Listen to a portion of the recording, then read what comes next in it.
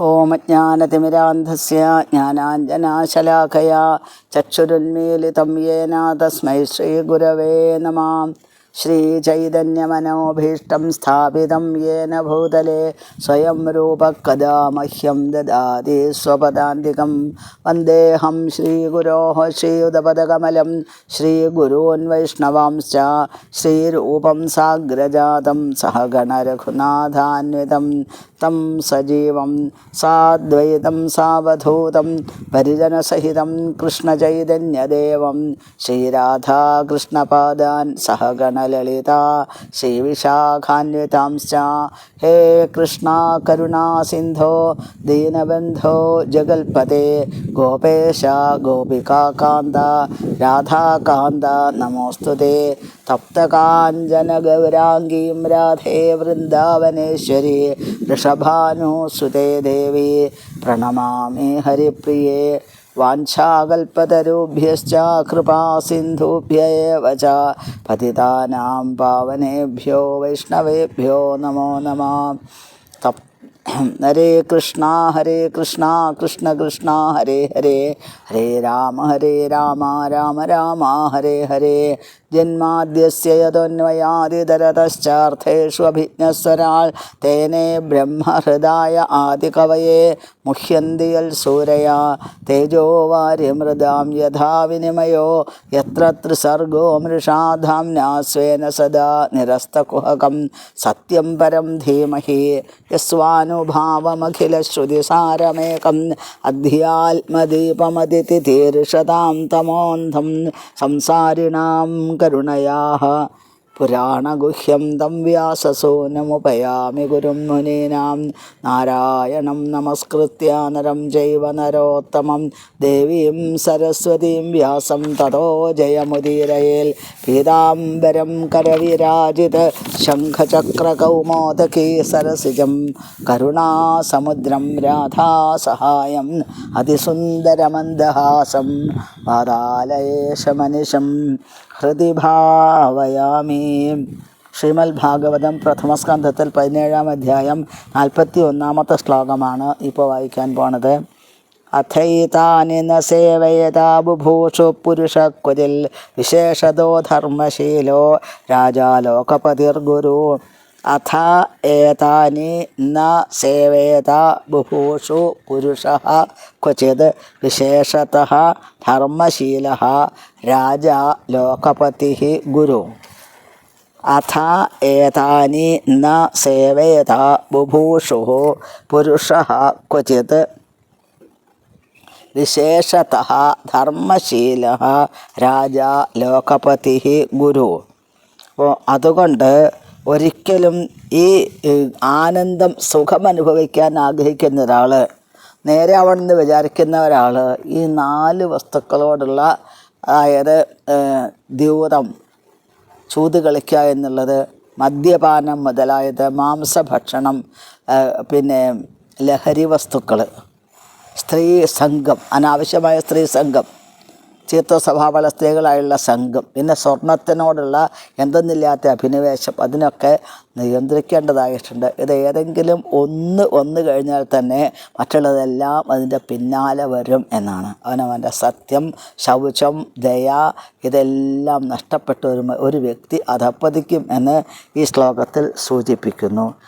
അപ്പോൾ ഒരു രാജാവ്, ജനനേതാവ് മറ്റുള്ളവരുടെ ഈ ആളുകളുടെ സ്വഭാവവും പരിശുദ്ധിയൊക്കെ നിശ്ചയമായും പരിശോധിക്കണം. അപ്പോൾ അങ്ങനെ നമ്മൾ ഒരാളെ തിരഞ്ഞെടുക്കുന്ന സമയത്ത്, ഒരു ഭരണാധികാരിയെ തിരഞ്ഞെടുക്കുന്ന സമയത്ത് ഇതെല്ലാം സൂക്ഷിക്കണം എന്നാണ് പറയുന്നത്. വിദ്യാഭ്യാസത്തിന് കുറച്ച് കുറവുണ്ട് എന്നുണ്ടെങ്കിൽ പോലും അവർക്ക് ഈ ഒരു ദുസ്വഭാവങ്ങളില്ല എന്നുണ്ടെങ്കിൽ അവർ രാജ്യം ഭരിക്കാൻ യോഗ്യന്മാരാണ് എന്ന് ഇവിടെ ആചാര്യന്മാർ സൂചിപ്പിക്കുന്നു. 42-ാമത്തെ ശ്ലോകം. വൃഷസ്യ നഷ്ടാം സ്ത്രീൻ പാദാൻ തപശൗചം ദയാമിതി പ്രതിസന്ധത ആശ്വാസ്യാമഹീം സമവർദ്ധയൽ. വൃഷസ്യ നഷ്ടാൻ സ്ത്രീൻ പാദാൻ തപഃ ശൗചം ദയാം ഇതി പ്രതിസന്ധതേ ആസാദ്യ ആശ്വാസ്യ മഹീം ച സമവർദ്ധയൽ. രാജാവ് ഈ ധർമ്മദേവൻ്റെ നഷ്ടപ്പെട്ട പാദങ്ങളൊക്കെ പുനഃസ്ഥാപിച്ചു. ഉത്സാഹഭരിതമായിട്ടുള്ള പ്രവർത്തനം കൊണ്ട് ഭൂമിദേവിയുടെ അവസ്ഥയെ തൃപ്തികരമാം വിധം അഭിവൃദ്ധിപ്പെടുത്തുകയും ചെയ്തു എന്നാണ്. അപ്പോൾ കലിയെ നിയന്ത്രിച്ച് ധർമ്മത്തിനെ മഹാരാജാവ് പുനഃസ്ഥാപിച്ചു എന്നാണ് പറയണത്. അങ്ങനെ എങ്ങനെയാണ് രാജാവ് രാജ്യം ഭരിക്കേണ്ടത്? ഒരു സന്യാസിയുടെ, അതായത് ഈ വേദശാസ്ത്രങ്ങൾ അറിയുന്ന അത്രയും പരിശുദ്ധമായ മനസ്സുള്ള ഭഗവാന്റെ സജ്ജനങ്ങളുടെ ഒരു ഉപദേശപ്രകാരം വേണം ഒരു ഭരണാധികാരി രാജ്യം ഭരിക്കേണ്ടത് എന്നാണ്. കാരണം ശാസ്ത്രങ്ങൾക്കനുസരിച്ചിട്ടാണ് അവർ പറയുക. അങ്ങനെ രാജ്യം ഭരിക്കുന്ന ഒരു ഭരണാധികാരിയാണ് എന്നുണ്ടെങ്കിൽ ആ രാജ്യത്തെ ജനങ്ങൾ സമാധാനമായി ജീവിക്കും. കലിയെ എങ്ങനെ ഒതുക്കി നിർത്തേണ്ടത് എന്ന് മഹാരാജാവ് പ്രത്യക്ഷമായിട്ട് കാണിച്ചു തരുന്നു ഇവിടെ. നഷ്ടപ്പെട്ട പിന്നെ അതായത് ആ 3 പാദങ്ങൾ നഷ്ടപ്പെട്ടു പോയിട്ടുണ്ടല്ലോ, അതിനെ സന്യാസിയുടെ മാർഗനിർദ്ദേശത്തിന് കീഴിൽ, അതായത് നല്ല സാത്വികമായിട്ടുള്ള ഒരു ബ്രാഹ്മണ സമൂഹത്തിൻ്റെ സന്യാസി ശ്രേഷ്ഠന്മാരുടെ നിർദ്ദേശത്തിൻ്റെ കീഴിലാണ് ഈ മഹാരാജാവ് ധർമ്മ വ്യക്തിത്വത്തിനെ, അതായത് ധർമ്മദേവൻ്റെ നഷ്ടപ്പെട്ട പാദങ്ങളെ പുനഃസ്ഥാപിച്ചത് എന്നാണ്. അതേപോലെ സ്വർണത്തിൻ്റെ ഉചിതമായ ഉപയോഗം, സ്വർണത്തിന് അത് കലഹത്തിന് കാരണമായി തീരും, പക്ഷേ അത് ഉചിതമായി ഉപയോഗിക്കാൻ സാധിക്കും. അത് വേണ്ട വിധത്തിൽ ഉപയോഗിക്കാൻ സാധിച്ചു കഴിഞ്ഞാൽ അതുകൊണ്ടും വലിയ ധാർമ്മികമായിട്ട് അതിനെ ഉപയോഗിക്കാൻ സാധിച്ചു കഴിഞ്ഞാൽ ഒരിക്കലും അതുകൊണ്ട് അബദ്ധം സംഭവിക്കുന്നില്ല. അപ്പം നമ്മൾ ക്ഷേത്രങ്ങളിലൊക്കെ ഇപ്പോൾ പത്മനാഭസ്വാമിക്ക്, അതുപോലെ ശ്രീ ഗുരുവായൂരപ്പന്, തിരുപ്പതി ഭഗവാനൊക്കെ എത്രയാ സ്വർണ്ണമുള്ളത് കണക്കില്ല. പക്ഷേ അതുകൊണ്ടൊന്നും ഒരാപത്തുണ്ടാവില്ല. കാരണം എന്താ? അത് മുഴുവൻ സാത്വികമായ മാർഗത്തിലേക്ക് മാത്രം ഉപയോഗിക്കുന്നു എന്നുള്ളത് കൊണ്ടാണ്. ഇപ്പോൾ സ്വർണത്തിൻ്റെ ഉചിതമായ ഉപയോഗത്തിലൂടെ അതുകൊണ്ട് വരുന്ന ദോഷങ്ങളും പരിഹരിക്കാനായിട്ട് സാധിക്കും എന്നാണ്. പരീക്ഷത്ത് മഹാരാജാവ് എന്ത് ചെയ്തു? പിതാമഹനായ അർജുനനെ പോലെ തന്നെയാണ് കലിയുഗ വാസനയ്ക്ക് പ്രേരണ വരുത്തും വിധം രാജ്യങ്ങളിൽ പല സ്ഥലത്തും പൂഴ്ത്തിവെച്ചിട്ടുള്ള സ്വർണത്തിനെ മുഴുവൻ ശേഖരിച്ചു. ഈ ഭാഗവതത്തിൻ്റെ നിർദ്ദേശമനുസരിച്ച് അത് ധാർമ്മികമായ കാര്യങ്ങൾക്ക്, ഭാഗവതത്തിലെ സങ്കീർത്തന യജ്ഞങ്ങൾക്ക്, അങ്ങനെയുള്ള സത്കാര്യങ്ങൾക്ക് വേണ്ടിയിട്ട് ഉപയോഗപ്പെടുത്തി മഹാരാജാവ് എന്നാണ്. അപ്പോൾ അങ്ങനെ വന്നു കഴിഞ്ഞാൽ സങ്കീർത്തന യജ്ഞം കൊണ്ട് ഈ ലോകത്തിൽ മുഴുവൻ ആത്മീയമായ ജ്ഞാനം ലോകം മുഴുവൻ പ്രചരിക്കും. അതുകൊണ്ട് തന്നെ ജനങ്ങളുടെ മനസ്സിന് സമാധാനവും സന്തോഷവും ഉണ്ടാവും എന്നാണ് ഇവിടെ സൂചിപ്പിക്കുന്നത്. 43-44 ശ്ലോകങ്ങളാണ് ഇനി. സയേഷയേതർഹധ്യസ്ത ആസനം പാർത്ഥിവോചിതം പിതാമഹേനോപന്യസ്തം രാജ്ഞാരണ്യം വിവക്ഷത ആസ്തേധുനാസരാജർഷി കൗരവേന്ദ്രശ്രിയോല്ലസൻ ഗജാഹ്വയേ മഹാഭാഗ ചക്രവർത്തി ബൃഹശ്രവാം. ഇവിടെ സഹ ഏഷ ഏതർ ഹി അധ്യാസ്തേ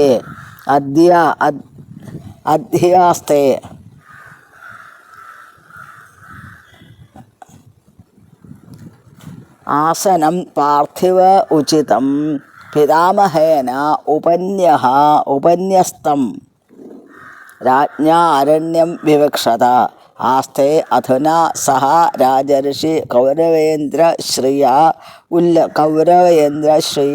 ഉല്ലസം ഗജാഹ്വയേ മഹാഭാഗ ചക്രവർത്തി ബൃഹശ്രവാഹ. അതായത് യുധിഷ്ഠിര മഹാരാജാവ് മഹാപഥപ്രസ്ഥാനമായിട്ട് പരീക്ഷത്തിൽ നിന്നുള്ള ഉണ്ണിയെ രാജ്യം ഏൽപ്പിച്ച് പോയ സമയത്ത് ഹസ്തിനപുര രാജ്യം വളരെ വിശ്വസിച്ചിട്ടാണ് ഏൽപ്പിച്ചിട്ടുള്ളത് എന്നാണ്. മഹാഭാഗ്യവാനായ പരീക്ഷത്ത് കുരുവംശത്തിൽ രാജാക്കന്മാരുടെ കീർത്തിക്ക് ഒട്ടും കുറവ് വരുത്താതെ തന്നെ ഭംഗിയായിട്ട് ഇന്നും രാജ്യം ഭരിച്ചുകൊണ്ടിരിക്കുന്നു. ഇങ്ങനെ രാജ്യം ഭരിച്ചുകൊണ്ടിരിക്കുന്നതിൻ്റെ ഇടയ്ക്കാണ് അവിടെ നൈമിഷാരണ്യത്തിൽ സംഭാഷണം നടന്നത് എന്നുകൂടി ഇവിടെ സൂചിപ്പിക്കുന്നത്. ഏകദേശം ഒരേ കാലഘട്ടത്തിലാണിത് സംഭവിച്ചത് എന്നുകൂടിയും ഇവിടെ സൂചിപ്പിക്കുന്നുണ്ട്. അതായത് പരീക്ഷിത്ത് മഹാരാജാവിൻ്റെ അവിടുന്ന് ഭഗവത് ലോകത്തിലേക്ക് പോയതിന് ശേഷം അധികം ഒരു 30 വർഷത്തിന് ശേഷമാണ് ഋഷിമാരുടെ നേതൃത്വത്തിൽ വളരെ 1000 വർഷം നീണ്ടു നിൽക്കുന്ന ഒരു യജ്ഞത്തിന് ആരംഭം കുറിച്ചത് എന്നാണ്. അവിടെ അങ്ങനെയുള്ള യജ്ഞത്തിൻ്റെ ആരംഭത്തിൽ ശ്രീകൃഷ്ണ ഭഗവാന്റെ ജ്യേഷ്ഠനായ ബലരാമൻ്റെ കൂടെ ഉണ്ടായിരുന്ന അനേകം പേര് ഈ യജ്ഞത്തിൽ പങ്കെടുത്തിട്ടുണ്ട് എന്നാണ്. അപ്പോൾ ഭൂതകാലത്തെ സംഭവങ്ങളും വർത്തമാനകാലവും തമ്മിൽ വളരെയധികം കാലയളവിൻ്റെ വ്യത്യാസമില്ലാത്തത് കൊണ്ട് ഇതെല്ലാം വർത്തമാനകാലത്ത് സംഭവിച്ചതാണ് എന്നുള്ള രീതിയിലാണ് ഇവിടെ അവതരിപ്പിക്കുന്നത്. വലിയ വ്യത്യാസമില്ല, കാലയളവിന് വ്യത്യാസമില്ല അതുകൊണ്ട് എന്നാണ്. 45-ാമത്തെ ശ്ലോകം.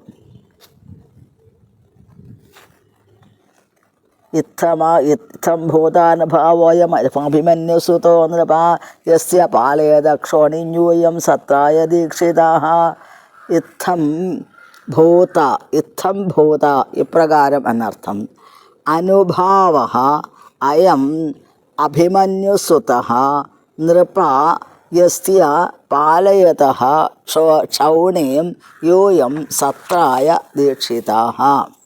അഭിമന്യുപുത്രനായ പരീക്ഷിത്ത് മഹാരാജാവ് തൻ്റെ രാജ്യം ഭരിക്കുന്നതിൽ നല്ല കഴിവുള്ള രാജാവായിരുന്നു. പിന്നെ രക്ഷാധികാരത്തിന് നല്ല നൈപുണ്യം സാമർഥ്യമുള്ള ആളായിരുന്നു മഹാരാജാവ്. വിവേകിയാണ്. അങ്ങനെ പരീക്ഷിത്ത് മഹാരാജാവ് അത്രയും വിവേകിയാണ്. അങ്ങനെ രാജ്യഭരണ പ്രവീണനായിട്ടുള്ള ആളാണ്.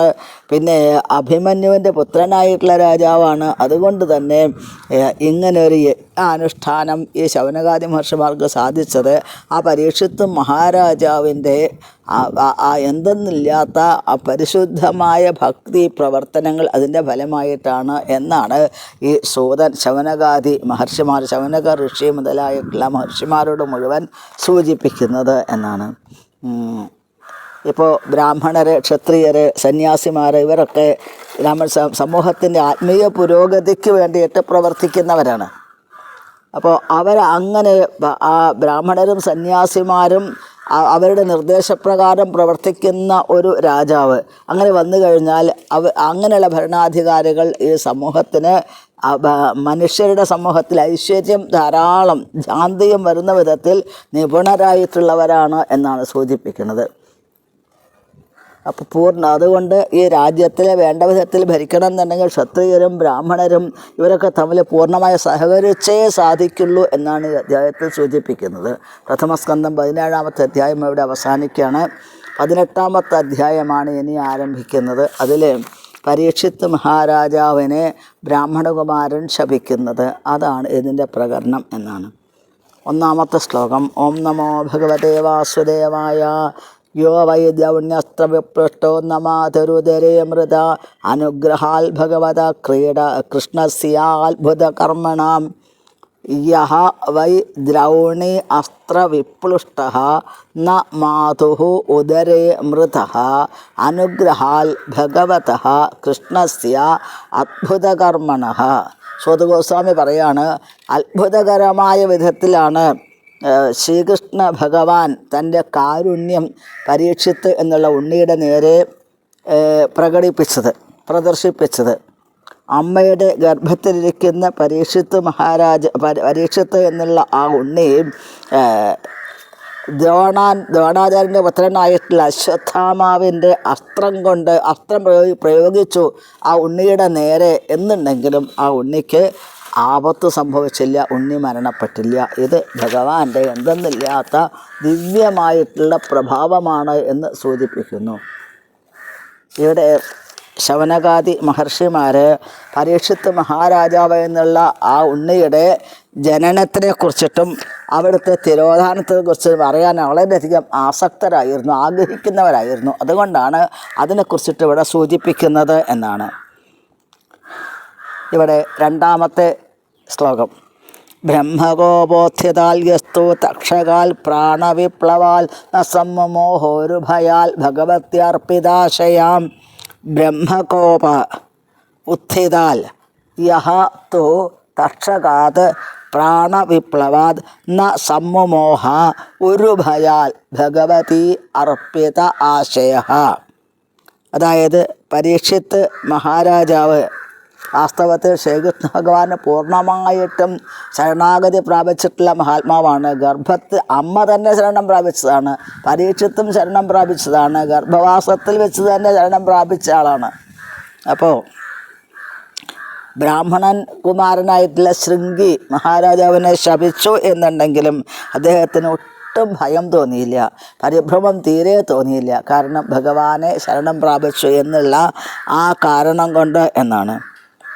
ഇവിടെ അമ്മയുടെ ഗർഭത്തിൽ വെച്ചിട്ട് ബ്രഹ്മാസ്ത്രത്തിൻ്റെ തീക്ഷ്ണമായിട്ടുള്ള ശക്തി വന്നു കഴിഞ്ഞിട്ട് ആ ഉണ്ണിക്ക് എന്തുകൊണ്ട് ആപത്ത് പറ്റിയില്ല? സ്വമായ ആവരണോൽഗർഭം വൈരാട്യ കുരു തന്തവേ. ഭഗവാൻ തൻ്റെ ആത്മമായ കൊണ്ട് ആ ഉണ്ണിയുടെ ഗർഭത്തിനെ ആവരണം ചെയ്തു. അകത്തേക്ക് ഒരു അണു പോലും ബ്രഹ്മാസ്ത്രത്തിൻ്റെ തേജസ് ഈ ഉണ്ണിയിലേക്ക് പ്രവേശിക്കാത്ത വിധത്തിൽ എന്നാണ്.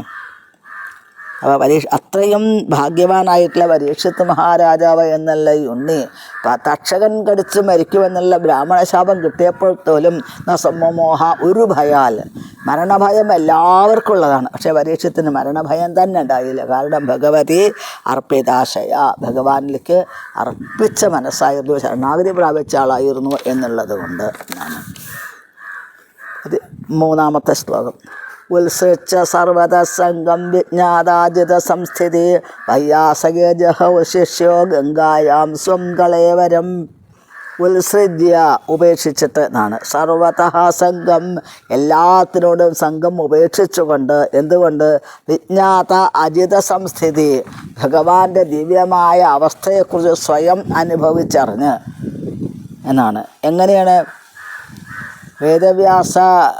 വ്യാസദേവൻ്റെ 4-ാമത്തെ പുത്രനായിട്ടുള്ള ശുകദേവ ഗോസ്വാമിയുടെ ആ ഉപദേശങ്ങൾ സ്വീകരിച്ചുകൊണ്ട് ശിഷ്യനായിട്ട് മാറിയിട്ട് ഗംഗാ നദി തീരത്ത് വെച്ചിട്ട് അവിടുന്ന് യാതൊരു പ്രയാസമില്ലാതെ ഈ ശരീരത്തിന് ഉപേക്ഷിച്ചു. ഭയം തീരെ തോന്നിയില്ല എന്നാണ്. അനുയായികളെല്ലാം തൻ്റെ സ്വന്തം ആളുകളെ മുഴുവൻ യാത്രയാക്കി. അതായത് നായാട്ടിന് വന്നവരെല്ലാവരെയും യാത്രയാക്കി. അതിൻ്റെ ശേഷം ജനമേജയൻ എന്നുള്ള ഉണ്ണിയെ രാജാവാക്കി വാഴിച്ചു. അതിന് ശേഷമാണ് വ്യാസദേവപുത്രനായ ഗോസ്വാമിക്ക് ശുകദേവ ഗോസ്വാമിക്ക് സ്വയം ശിഷ്യനായിട്ട് മാറി, സ്വയം സമർപ്പിച്ചു. എന്നിട്ട് ഭഗവാന്റെ നില എന്തെന്ന് മനസ്സിലാക്കാൻ അദ്ദേഹത്തിന് സാധിച്ചു എന്നാണ്. അജിതൻ എന്ന പദത്തിനിവിടെ പ്രാധാന്യം അർഹിക്കുന്നത്. ശ്രീകൃഷ്ണ ഭഗവാനെയാണ് അജിതൻ എന്ന് പറയുന്നത്, അല്ലെങ്കിൽ അപരാജിതൻ എന്ന് പറയുന്നത് എന്നാണ്. അതായത് ആർക്കും ഭഗവാനെ ഒരു വിധത്തിലും ആർക്കും കീഴടക്കാൻ സാധിക്കില്ല എന്നാണ് പറയുന്നത്. ഭഗവാന്റെ ഗോലോക വൃന്ദാവന ധാമത്തിനെക്കുറിച്ച് നമ്മൾ ധാരാളം കേട്ടിട്ടുണ്ട്. അപ്പോൾ ശുകദേവ ഗോസ്വാമി പോലെ ആത്മീയ ഗുരുവിൻ്റെ അതുകൊണ്ട് വ്യത്യസ്തമായ രീതിയിൽ വ്യാഖ്യാനിക്കുന്ന ഈ ധാമത്തിനെക്കുറിച്ച് വ്യത്യസ്തമായിട്ട് പല രീതിയിലും വ്യാഖ്യാനിക്കുന്ന ആളുകളുണ്ട്. അപ്പോൾ ശുകദേവ ഗോസ്വാമിയെ പോലുള്ള ആത്മീയ ഗുരുവിൻ്റെ കൃപ കൊണ്ട് പൂർണ്ണമായും ആത്മസമർപ്പണം ചെയ്യുന്നത് കൊണ്ട് തന്നെ പരീക്ഷിത്ത് രാജാവിനെ പോലെ ഒരു രാജാവിന് ഉന്നതമായിട്ടുള്ള തലത്തിലേക്ക് ലോകത്തിലേക്ക് എത്തിച്ചേരാൻ സാധിച്ചു എന്നിവിടെ സൂചിപ്പിക്കുന്നുണ്ട്. കാരണം എന്താണ്? ആ ശുകദേവ ഗോസ്വാമിയിൽ നിന്ന് ഉപദേശം സ്വീകരിച്ച പരീക്ഷിത്ത് മഹാരാജാവ് അതീന്ദ്രിയമായിട്ടുള്ള ആ അവസ്ഥയെക്കുറിച്ചിട്ടും ആ ഗോലോകധാമത്തിനെക്കുറിച്ചിട്ടും അദ്ദേഹത്തിന് പൂർണ്ണമായും ബോധം വന്നു, പൂർണ്ണമായിട്ടുള്ള വിശ്വാസം ഉണ്ടായി. എന്നിട്ട് അവിടുന്ന് ഒട്ടും താമസിക്കാതെ ഭഗവത് ലോകത്ത് 7 ദിവസം കൊണ്ട് ഭഗവത് ലോകത്തിൽ എത്തിച്ചേർന്നു. 4-ാമത്തെ ശ്ലോകമാണ്. നോത്തമശ്ലോകവാർത്താനാം ജുഷതാം തൽക്കഥാമൃതം സ്യാൽ സംഭ്രമോന്തകാലേപി സ്മരതാം തൽപദാംബുജം. നോത്തമശ്ലോകവാർത്താനാം ജുഷതാം തൽക്കഥാമൃതം സ്യാൽ സംഭ്രമോന്തകാലേപി സ്മരതാം തൽപദാംബുജം. അതായത്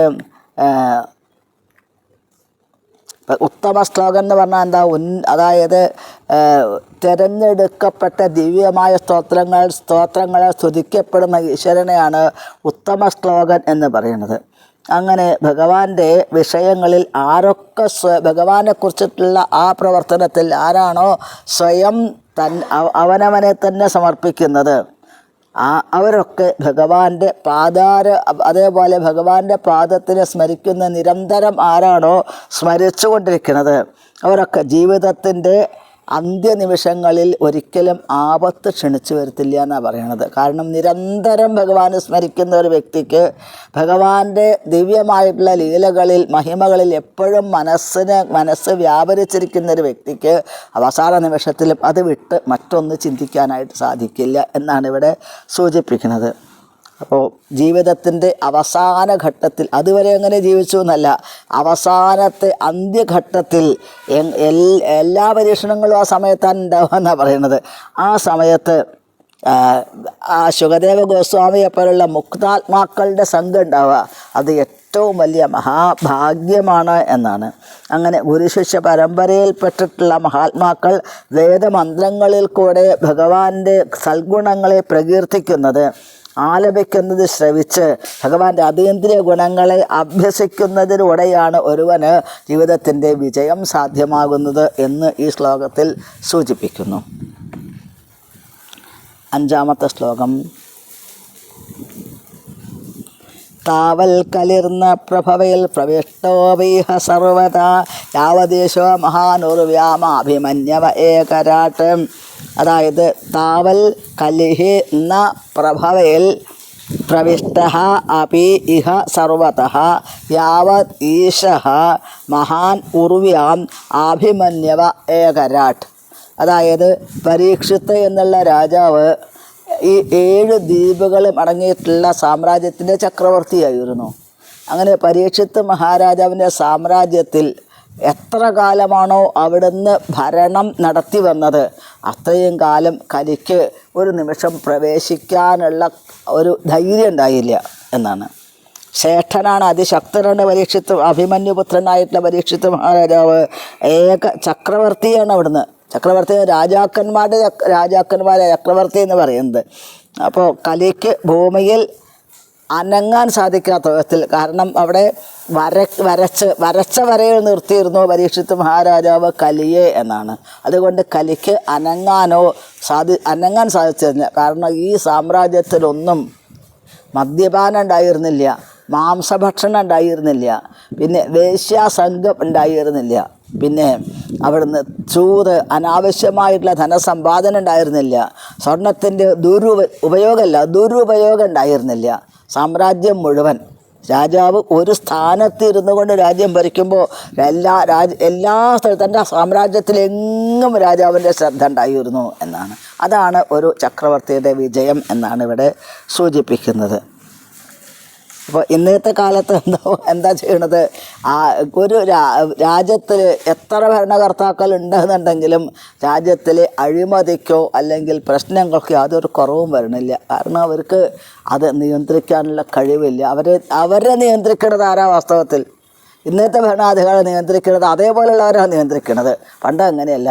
വേദങ്ങളും ശാസ്ത്രങ്ങളും അറിയുന്ന സജ്ജനങ്ങളാണ് ഇവരെ ഈ രാജാക്കന്മാർ നിയന്ത്രിച്ചിരുന്നത്. അതുകൊണ്ട് അവർക്ക് എന്ത് നല്ല സൽഭരണം കാഴ്ചവെക്കാനായിട്ട് സാധിച്ചിരുന്നു എന്നാണ്.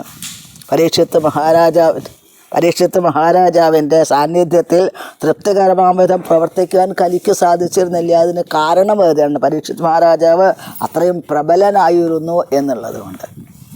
അടുത്ത ശ്ലോകം. യസ്മിന്നഹനയർഹേവ ഭഗവാനുത്സസർജഗാം തദൈവേഹാനുവൃത്തോസാവ ധർമ്മപ്രഭവകലി. യസ്മിൻ അഹനി യർഹി ഏവ ഭഗവാൻ ഉത്സസർജ ഗാം തദ ഏവ ഇഹ അനുവൃത്തഃ അസൗ അധർമ്മപ്രഭവഃ. അധർമ്മപ്രഭവഃ കലി. അതായത് ശ്രീകൃഷ്ണ ഭഗവാൻ ഈ ഒരു ഭൂമി തൻ്റെ ഒരു ദിവ്യമായിട്ടുള്ള തൻ്റെ ലീലകൾ ഉപസംഹരിച്ച് ഇവിടുന്ന് ഏത് നിമിഷമാണോ യാത്രയായത് ആ നിമിഷം മുതൽ കലി ഇവിടെ വന്നിട്ടുണ്ട്.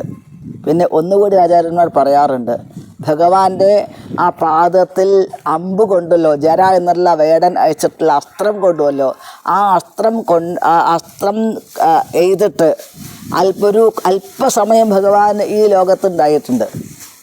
അപ്പോൾ ഈ കലിയുഗത്തിൻ്റെ പ്രത്യേകത എന്താണെന്നുണ്ടെങ്കിൽ ഒരു 3.25 നാഴിക കൂടി ഭഗവാൻ ഇവിടെ സാന്നിധ്യം ചെയ്തിരുന്നു എന്നുള്ളത് കൊണ്ട് ഈ കലിയുഗത്തിന് വളരെ പ്രത്യേകത ഉണ്ട്. നമ്മൾക്ക് വളരെ ഭാഗ്യമുണ്ട്. കാരണം ഭഗവാന്റെ അവതാരം കഴിഞ്ഞിട്ടുള്ള ഭഗവാൻ ഇവിടെ സാന്നിധ്യം ചെയ്തിട്ടുള്ള കലിയുഗം എന്നുള്ളത് കൊണ്ട് ഈ കലിയുഗത്തിന് വളരെയധികം പ്രാധാന്യമുണ്ടെന്ന് ആചാര്യന്മാർ പറയാറുണ്ട്. ഭഗവാനായിട്ട് എന്ത് വിധത്തിലുള്ള സൗകര്യങ്ങളും ഭഗവാനായിട്ട് ബന്ധപ്പെടുത്തിയിട്ട് അത് ഉപയോഗിക്കുന്ന സമയത്ത് അതുകൊണ്ട് ഒരിക്കലും ദോഷം സംഭവിക്കുന്നില്ല എന്നാണ്. ആധികാരികമായിട്ടുള്ള ഭഗവാന്റെ ദിവ്യമായ നാമങ്ങളും രൂപങ്ങളും മഹാത്മ്യങ്ങളും പ്രവർത്തനങ്ങളെയും പ്രതിധ്വനിപ്പിക്കുന്ന ശബ്ദത്തെ പ്രക്ഷേപണം ചെയ്യുന്ന ഭരണകൂടം അതിന് സംവിധാനം ഉണ്ടാക്കുന്ന പക്ഷം ഒരിക്കലും അവിടെ അപകടങ്ങൾ സംഭവിക്കില്ല. നമ്മൾ ഒരു അശാന്തി അവിടെ സംഭവിക്കുന്നില്ല. അനുകൂലമായ അവസ്ഥ സൃഷ്ടിക്കപ്പെടുന്നുവെന്ന് മാത്രമല്ല, ധർമാനുശാസനങ്ങൾ പുനഃസ്ഥാപിക്കപ്പെടുകയും ചെയ്യുന്നു എന്നാണ് ഇവിടെ സൂചിപ്പിക്കുന്നത്. 7ാമത്തെ ശ്ലോകം. നാനുദ്വേഷ്ടി കലിം സമ്രാട് സാരംഗൈവ സാരഭുക്ക് കുശലാന്യാസുസിദ്ധ്യന്തി നേതരാണി കൃതാനയത്ത്. ന അനുദ്വേഷ്ടി കലിം സമ്രാട് സാരംഗ ഇവ സാരഭുക്ക് കുശലാനി ആശു സിദ്ധ്യന്തി ന ഇതരാണി കൃതാനി യത്. അതായത് ഒരു വണ്ട് പുഷ്പങ്ങളിലെ തേൻ മാത്രമാണ് സ്വീകരിക്കുക. തേൻ സ്വീകരിക്കുന്നു. മുള്ളുള്ള പുഷ്പങ്ങളിലും ആ വണ്ട് സഞ്ചരിക്കുമ്പോൾ അതിന് മുള്ളതിൻ്റെ ശരീരത്തിൽ തട്ടില്ല. അതിലെ തേൻ മാത്രം സ്വീകരിക്കും. ഇതേപോലെ കലിയുഗത്തിൽ അനേകം ദോഷങ്ങളുണ്ടെങ്കിലും അതിൽ ഒരേ ഒരു ഗുണമുണ്ട്. അതാണ് കീർത്തനാദേവ കൃഷ്ണസ്യ മുക്തസംഗ പരംവ്രതയിൽ. ഭഗവാന്റെ നാമസങ്കീർത്തനം ചെയ്തു കഴിഞ്ഞാൽ ആ ദോഷങ്ങളൊന്നും ബാധിക്കില്ല എന്നുള്ളത്. അതുകൊണ്ട് തന്നെയാണ് മറ്റുള്ള ആ യുഗങ്ങളിലില്ലാത്ത പ്രത്യേകത കലിയുഗത്തിനുണ്ട്. അതുകൊണ്ട് വളരെ കുറച്ച് കാലത്തെ സേവ കൊണ്ട്, ഒരു നിമിഷത്തെ സേവ കൊണ്ട് മറ്റുള്ള യുഗങ്ങളിൽ എത്രയോ കാലം ഭജിച്ചിട്ടുള്ള ഫലം ഈ കലിയുഗത്തിൽ ഒരു നിമിഷത്തെ സേവ കൊണ്ട് ലഭിക്കുന്നു. ഭഗവാന്റെ തിരുനാമ സങ്കീർത്തനം കൊണ്ട് ലഭിക്കുന്നു. പിന്നെ ഭഗവാൻ സൽക്കർമ്മങ്ങൾ മനസ്സിൽ സ്മരിച്ചാൽ മതി, മനസ്സുകൊണ്ട് സങ്കല്പിച്ചാൽ തന്നെ അതിൻ്റെ ഫലം അനുഭവിക്കുന്നു എന്നാണ്. അതാണ് അതിൻ്റെ ഏറ്റവും വലിയ പ്രത്യേകത. ഈ കലിയുഗത്തിൻ്റെ പ്രത്യേകത സാരംഗൈവ സാരഭുക്ക് എന്നാണ്. പരീക്ഷത്ത് മഹാരാജ പൂക്കളിലെ പൂവിൻ്റെയൊക്കെ ഏറ്റവും പ്രധാനപ്പെട്ട ഭാഗം അതിൻ്റെ തേനാണ്. അതേപോലെ പരീക്ഷത്ത് മഹാരാജാവ് ആലോചിക്കുന്നത് കലിയുഗത്തിൽ ചെറിയ കാര്യങ്ങൾ അത് വളരെ സൽഫലങ്ങൾ ഉണ്ടാക്കി തന്നു. അതാണ് പറയുന്നത് സ്വല്പമപ്യസ്യ ധർമ്മസ്യ ത്യായതേ മഹതോ ഭയാൽ എന്ന് ഭഗവത്ഗീതയിൽ പറയുന്നു. ചെറിയ ധർമാനുഷ്ഠാനം അതിഭയങ്കരമായിട്ടുള്ള ആപത്തുകളിൽ നിന്നും നമ്മൾക്ക് മോചനം തരുന്നു എന്നാണ്. അതുകൊണ്ട് കലിയോട് ഒരിക്കലും മഹാരാജാവിന് ഈർഷ്യ ഉണ്ടായില്ല, ദേഷ്യം ഉണ്ടായില്ല എന്നാണ് പറയുന്നത്.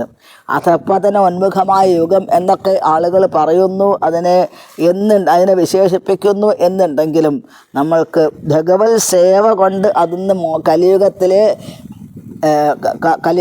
കലിയുഗത്തിൻ്റെ ദുഃഖങ്ങളിൽ നിന്ന് മോചനം കിട്ടാൻ സാധിക്കും എന്നുള്ളത് കൊണ്ട് അതിന് വളരെയധികം പ്രത്യേകത ഉണ്ട് എന്നാണ്. അതിനെ മഹാരാജാവ് പ്രയോജനപ്പെടുത്തി എന്നാണ്. ഭാഗവത ആരംഭത്തിൽ തന്നെ എന്താ പ്രസ്താവിക്കുന്നത്?